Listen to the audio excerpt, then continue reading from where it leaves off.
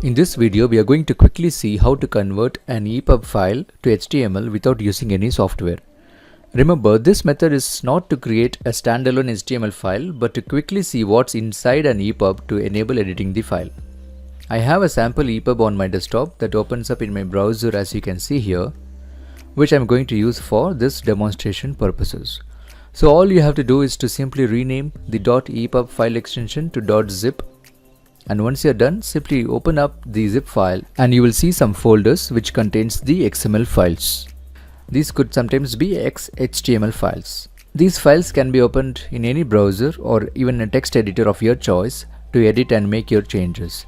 You can also copy and paste this text from here into any other word processing software for further formatting or editing. This is ideal for people who want to either edit an EPUB file or use the content within the EPUB to create any other document or evolve it further into another ebook.